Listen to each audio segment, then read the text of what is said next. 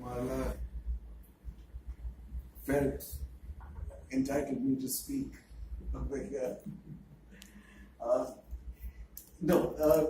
What I want to acknowledge over here is that those of us who have had in our own modest ways an opportunity or the occasion to lead institutions have always looked to others for a certain kind of inspiration. I started my life at the Tata Institute. I have seen how JNU was in its early days. I have also been aware of IIT Kanpur, but in modern India, the institutions that Pushpa Bhargav built were very important. Today we see not only are such institutions not being built, but these institutions are being, I would say, recklessly damaged, if not entirely destroyed. The Romans used to say, or the Greeks used to say, that those whom the gods wish to destroy, they first make mad. The institutions that they wish to destroy, they first, they provide poor leadership to. And that is sort of the antithesis of what Bhargav did. The institutions that you have to make, you have to give good leadership, good directions, and he provided that in great measure, both by example and by effort.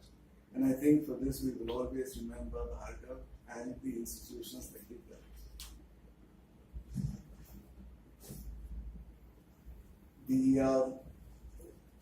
There is much more to speak about him, and I am sure that all of us over here would like to share different aspects of our memories of him and of his importance to India. So let me call people in a certain order that Dr. Marla has given, starting with Chandra. If you would like to speak from where you are, or would you like to come here? Oh boy.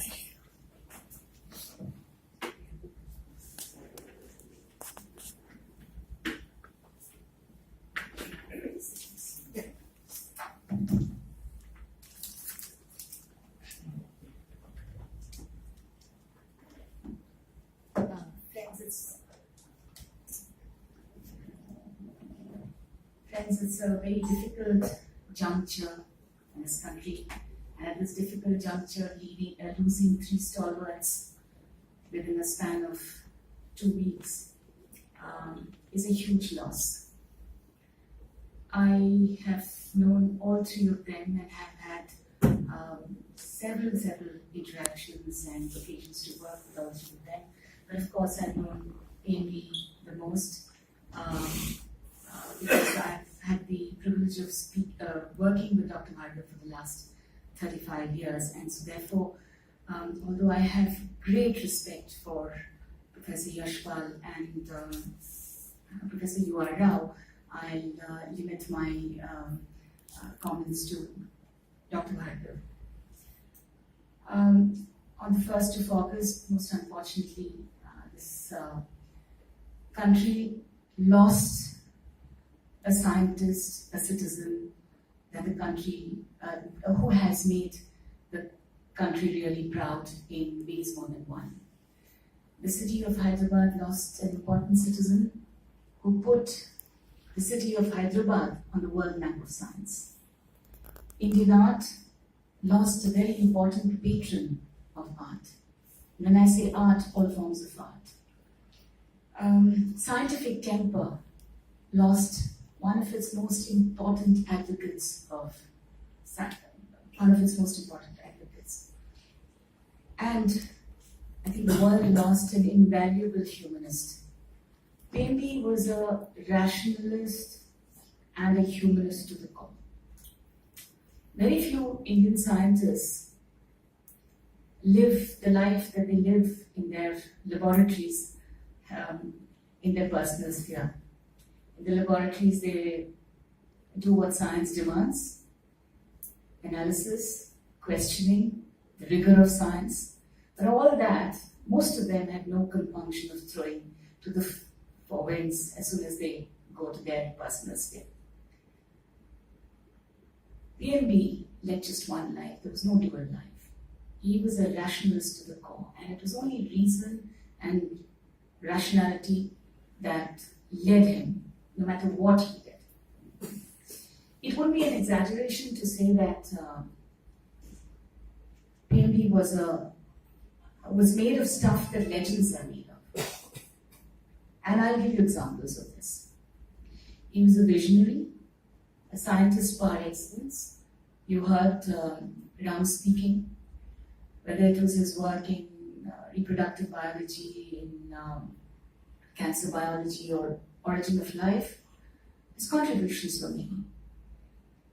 He's been a writer and a thinker and an institution builder par excellence. A very, very strong proponent of scientific temper.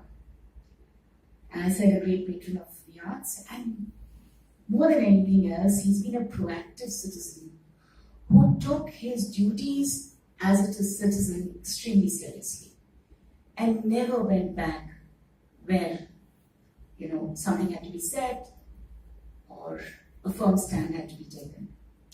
Above all, he was absolutely a fearless man. Really loved calling a spade a spade.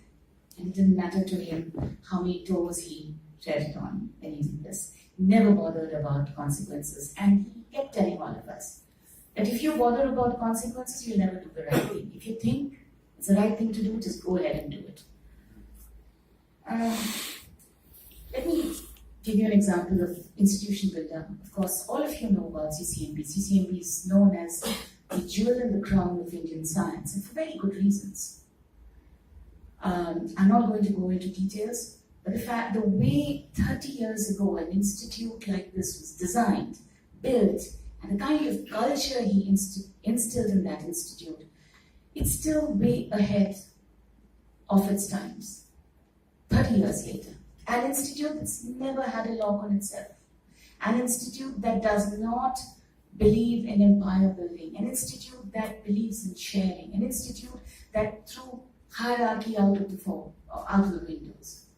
There are many people who know CCMB and they know what I'm talking about, but I won't go into that. No wonder that UNESCO recognized CCMB as, as one of the institutes in its network of institutes of highest level of excellence. No joke. In fact, when PMB used to take people around, which he loved doing when he was building CCMB late at night, and he would tell, I have this in mind, and I'm going to do this, and these are kind of equipment, and this is the kind of culture the institute is going to have. People used to laugh behind his back. They used to say, hey, this man is dreaming big. It's not going to be possible. It's never going to be possible to build something in CCMB. But he did it. And while building CCMB, he said, I am not going to have any foundation stone laying ceremony. I will build this institute, run it for a year, put the last nail on the wall, run it for a year and show that it's possible to run it the way I have imagined, and then we will dedicate it to the nation. And he did that. We moved into the new buildings in 1986. I had the privilege of sitting in that new building alone for a few months, and then everybody else came in. We ran the institute for a whole year, and in 1987, Rajiv Gandhi came to Hyderabad to dedicate it to the nation. Apart from CCMB, there are other institutes that he built. Ram talked about the March. Can you imagine an organization like the March, medically aware and responsible citizens of Hyderabad, ran for the last 20 years in Hyderabad, meeting one Sunday every month, and locking up doctors, and I say locking up, I'm using the word very loosely, having doctors, scientists, people from the pharma industry, hospital administrators, citizens of Hyderabad, engaged in a talk for 3 hours, one Sunday every month, without fail for the last 20 years. What did March achieve? For Hyderabad, a proper, hazardous biomedical waste system, which Hyderabad did not have. For the country, a whole accreditation system for diagnostic labs. For 15 years, PMB struggled drafting a bill for regulation of infertility clinics where the largest number of malpractices happen. And I can go on. This is March. Another institute Ram knows, not an institute, but an organization. And it's an institution. It's called the GRC, Guha Research Conference, which he started in 1961. Today, it is every biologist's dream to be, to become a member of GRC. And to explain to you what GRC is and how differently it functions, and what a unique organization it is, it's a matter of another talk by itself. I won't go into it. The DBT would not have, Department of Biotechnology would not have come into existence if it wasn't for PMB writing to Rajiv Gandhi that here's modern biology that's come to stay. It's revolutionizing everything. Don't miss the bus. Have a separate Department of Biotechnology. And that's how Department of Biotechnology came. Of course, it's a different matter that PMB was very upset the way DBT ran and did things. That's another matter. But the creation of DBT was entirely. When I say strongest proponents of scientific temper, he played a major role in having the 42nd Amendment of the Constitution and introducing an Article 51AH, where it is every single citizen's duty to, commitment of scientific temper is the duty of every citizen. That's the article. It is extremely important. The reference was made about the Method of Science exhibition. A Method of Science exhibition which he created, he wrote, he set up and brought a whole team of people and mounted at the Bal Bhavan in 1977, which is supposed to be inaugurated by Indira Gandhi, but then, they kept postponing, the government changed, the Janata Dal government came, and they destroyed the exhibition. It was vandalized, just stolen. What did the exhibition do? Very simple. It just taught people what the method of science is, the 4 steps. Question based on observation, building of hypothesis, doing of experiments, and finding an answer. And he said this method is not just confined to science, but this is a method that is used by any rational person outside science for day-to-day activities. So if you're a rational person, that's the method that you will follow. So people came out of that exhibition with one important thought in their mind: questioning. Questioning is a fundamental right. There are rules to questioning. And questioning is important for any kind of advancement. And science cannot move on without its questioning. The government cannot move on.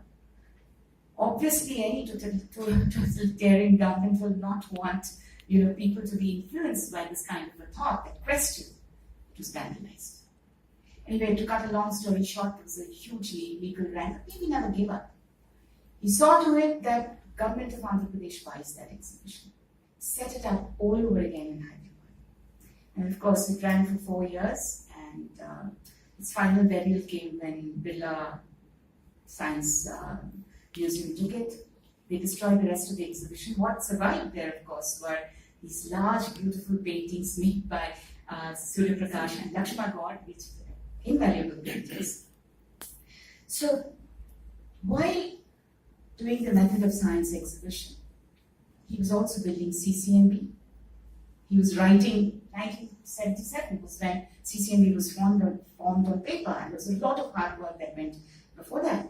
And he also found time during that period to write an integrated science textbook for school children, NCERT book. Cow slaughter has raised its ugly head again. But cow slaughter, when it first raised its ugly head in 1966, PMD, through the Society of Promotion of Scientific Temper, organized a meeting in Hyderabad, in Aravel. And so a lot of people came there. There was a physician, Dr. P. Ramachandra Rao, who made the statement that if we don't eat the cows will eat us. The next day, the newspapers had this. And we started getting threatening calls. And of course, questions being asked, why should he, he's a government servant, and how could he have this kind of a meeting in Aravel? Justice Sarkar Commission was set up. Justice Sarkar was a former Chief Justice of India. There were other members, Shankaracharya of Puri, Dr. Parpi of CFTRI, Varghese Kurian, Guru Golwalkar. They were in the meeting. Then he was summoned to Delhi. So at the meeting he was asked, why do you eat meat and why don't you drink milk? And how is meat formed? So you give them a crash course in elementary biochemistry.